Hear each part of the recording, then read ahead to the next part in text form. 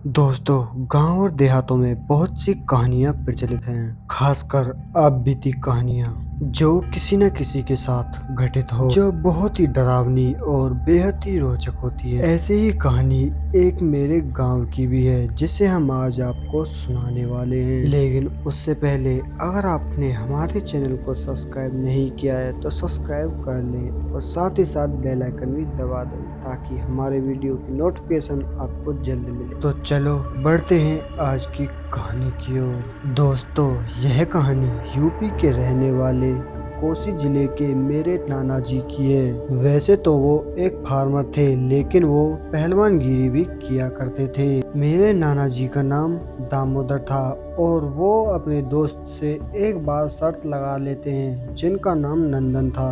और वह बोलते हैं कि चलो आज देखते हैं बैलगाड़ियों द्वारा सबसे पहले अपने खेत में कौन पानी फेरेगा।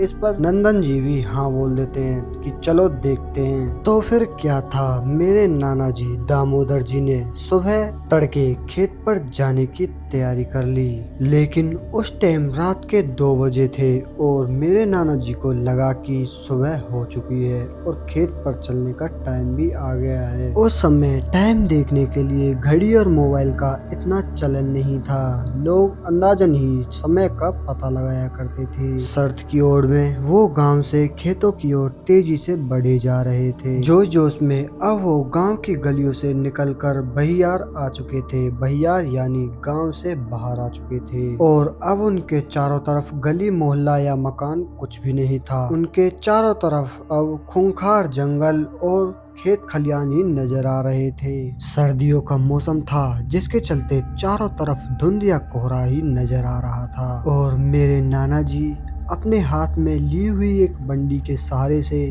अपनी खेत की ओर बढ़े जा रहे थे। और तभी उनकी नजर एक साइड के खेत पर पड़ती है, जहाँ पर एक उसे औरत नजर आती है। दूर से उन्हें कुछ साफ साफ दिखाई नहीं दे रहा था, लेकिन वो उनके पास जाते हैं और वहाँ जाकर पता चलता है कि वह औरत उस खेत में साग तोड़ रही थी। जिसे देखकर मेरे नाना जी बोल पड़े, अरे ये कौन सा वक्त है साग तोड़ने का? यह काम तो तुम दिन होने के बाद भी कर सकती थी। कम से कम दिन तो निकलने दिया होता, उतना भी सब्र नहीं है क्या तुम्हें? तभी वे हंसते हुए उस औरत से बोलते हैं, क्या तुम्हारी भी कोई शर्त लगी है? और इतना बोलते हुए आगे निकल जाते हैं। इतना बोलकर वो कुछ दूरी पर चले ही थे, लेकिन उन्हें महसूस हुआ कि दौड़ता हुआ उनके पीछे कोई आ रहा है। ये सब देखने के लिए जैसे ही उन्होंने पीछे अपनी गर्दन घुमाई और टॉर्च लगाते हुए देखा, तो पाया वही औरत उनकी तरफ दौड़ते हुए आ रही थी। लेकिन पहले के मुकाबले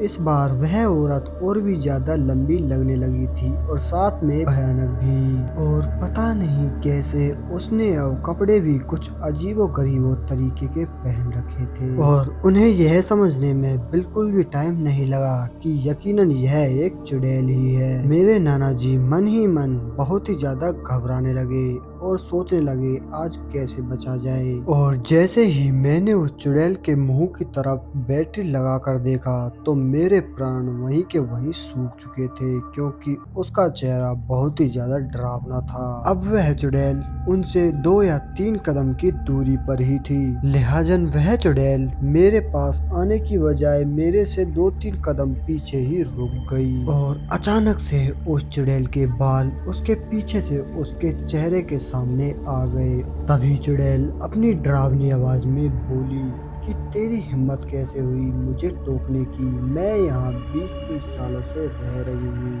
आज तक मुझे यहाँ किसी ने नहीं टोका। तुझे आज कोई नहीं बचा सकता। मेरे नाना जी को कुछ भी समझ नहीं आ रहा था कि अब वो क्या करे। अब तक वो बचने की सारी उम्मीदें खो चुके थे। जैसे ही वो अपना एक कदम पीछे की तरफ बढ़ाते, वैसे ही वह चुड़ैल भी उनकी तरफ चलने लगती। और तभी उनका पैर फिसल गया और वो वहाँ पर ही गिर पड़े। उनके हाथ में एक टॉर्च थी जो उनसे छूटकर वहीं पर गिर गई। और वह लोहे की टॉर्च उनके हाथों से छूटते ही वह चुड़ैल उनके पास आकर ही बैठ गई। मेरे नाना जी अब तक यह पक्का कर चुके थे कि आज उनको कोई नहीं बचा सकता और उनका आज आखिरी दिन है। वो ये सब सोच ही रहे थे कि तभी उनका हाथ उनकी गिरी हुई टॉर्च पर चला जाता है, जो कि पूरी तरह से लोहे की बनी हुई थी। जैसे ही वो उसे हाथ में लेते हैं और तुरंत वह चुड़ैल उनसे 2-3 कदम पीछे ही चली जाती है और उन्हें यह समझते बिल्कुल भी देरी नहीं लगी कि